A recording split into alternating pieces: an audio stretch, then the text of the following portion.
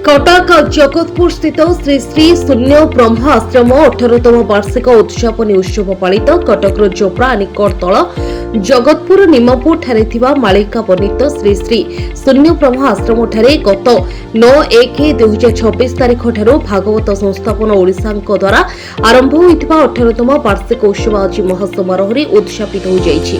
उत्सवर प्रत्येक दिन बहु साधु सन्थक सहित विभिन्न राजनैतिक व्यक्ति विशेष माने जोगदे भागवत शास्त्र उपरे निज निजर वक्तव्य प्रदान करथिले।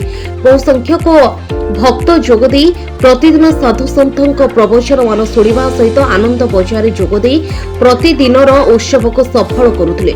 आजिर उद्यापन उत्सव पुरी गोवर्धन पीठर पंडित मातृप्रसाद मिश्र सहित बाबाजी श्री दामोदर दास महाराज, महंत श्री रामकृष्ण दास महाराज, प्रेमसागर अरक्षित दास महाराज, स्वामी श्री सन्थक सहित अनेक साधुसन्थ अनेक राजनैतिक व्यक्ति विशेष एवं बहु बुद्धिजीवी माने योगदान करथिले।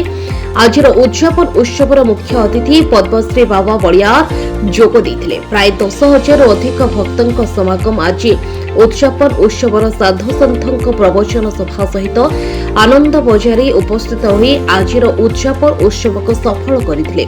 आजिर उद्यापन उत्सव अवसर में मालिका वर्णित श्री श्री शून्य ब्रह्म आश्रम अध्यक्ष श्रीमद बाबा वार्ता रही भागवत बंचिले भारत बंचिब, भारत बंचिले संस्कृति बंचिब, संस्कृति बंचिले मानव बंचिबे, मानव बंचिले माधवଙ୍କ सेवा करिवे। कटकରୁ दामोदर बेउराଙ୍କ रिपोर्ट ओडिशा 24 न्यूज। मोर भागवत बंचिले भारत बंचिब, आम संस्कृति बंचिब, मानव भी बंचिबे। तेणु आमर ये हिंदू राष्ट्र थिला, हिंदू राष्ट्र अच्छी। आमर मूल लक्ष्य रही आम संविधान। मु यही जो प्रयास करिछि मद मजात ये सब दूरेवा पाई आजिकाली गोटे मु प्रत्येक स्कूल रे 8म ठारू 10म पर्यंत पिलांकु मु जागरण कराउछि।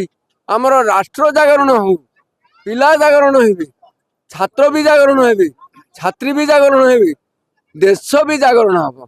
आम भारत, आम भागवत, आम जगन्नाथ ये तीनोटी हूँ आमर अवच्छेद अंग। ये तीनिटारू आम सबुबले मूल लक्ष्य करिचु कि जगन्नाथ प्रभुंक परिचय रे आमे बंचीचु, आउ तांको परिचय बिना आमर अस्तित्व नहीं। तेणु आमे समस्ते गोटिए स्वर रे गोटिए धारे रे आमे समस्ते जय जगन्नाथ कहिबा। जय जगन्नाथ।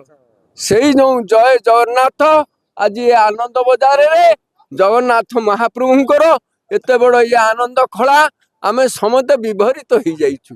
एतरे समते सेवक मध्य श्रीमद बाया भी एथरे सेवक आंको यही जो सेवक आमे समस्ते अच्छु।